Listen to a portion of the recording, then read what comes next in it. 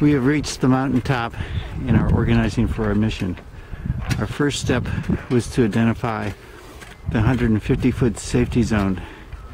The actual boundary is out about 160 feet, but because of the uncertainty of the location, we are giving ourselves a 10-foot leeway.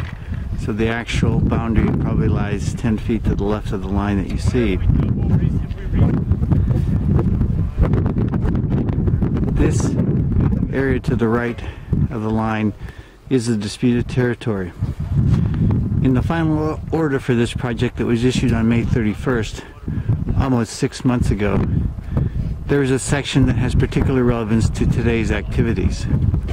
The final order says, the Nelsons, who own land adjoining the proposed site for the generation component of the project, claim that the proposed project may encroach on their property. The order goes on to say, it is up to the petitioners, that is Green Mountain Power, to ensure that they have appropriate legal rights to utilize the property needed to construct and operate the proposed project. And any disputes over those property rights are a matter for the civil courts, not this board. The matter was brought before Orleans Superior Court and the Honorable Judge O'Malley, who did not decide. An emergency appeal was made to the Supreme Court of Vermont. That court chose not to hear the case until the Superior Court had completed its proceedings.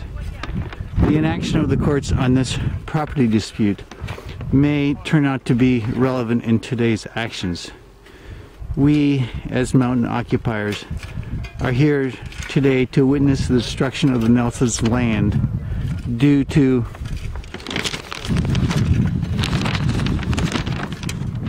the inaction of the courts. We feel that we are in the position of justice delayed is justice denied, as there is no unblasting the Nelsons' property. I am reminded of a quote by Chief Justice Warren Burger of the U.S. Supreme Court. A sense of confidence in the courts is essential to maintain the fabric of ordered liberty for a free people, and three things could destroy that confidence and do incalculable damage to society.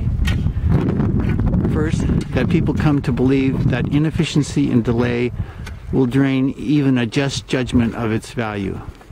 Two, that people who have long been exploited in the smaller transactions of daily life come to believe that courts cannot vindicate their legal rights from fraud and overreaching.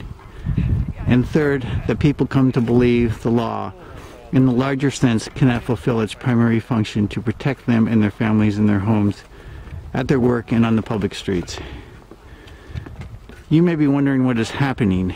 Our team members are attempting to replant some trees on the disputed land, and we are going to post the land. You may recall that Green Mountain Power has also posted this disputed land. We are highly confident that the courts will eventually find the Nelsons' claim to prevail, as the Nelson surveyor, Mr. Paul Hannon, used court-approved survey techniques. It will take about a week to do the survey work necessary to clearly establish this boundary. In the 20 or so weeks that have passed since the Certificate of Public Good was issued for this project, even though it was the responsibility of Green Mountain Power to assure that they had legal rights to the land, the work has not been completed. Even though it has been weeks since the court injunction has been issued prohibiting people from being on the Nelson land for 2 hours before each blast, the work has not been ordered by the court. Again, justice delayed is justice denied. The judge would seem to be giving more weight on the scales of justice to Green Mountain Power's $47 million in production tax credits over the next 10 years than to the actual ownership of the land, even though it has been known for 5 months that there was a problem on this boundary. The fabric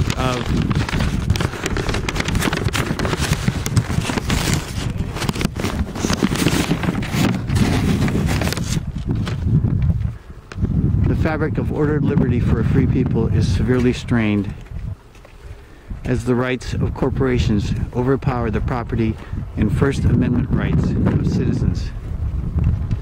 We expect that the law will come to attempt to arrest us on this disputed land. And it is well known that the land is disputed. It is well known that the court must decide. The question at hand is, will the law try to decide today? Our presence on this mountain does not damage. In fact, we are trying to restore. Green Mountain Power's presence, however, continues the destruction.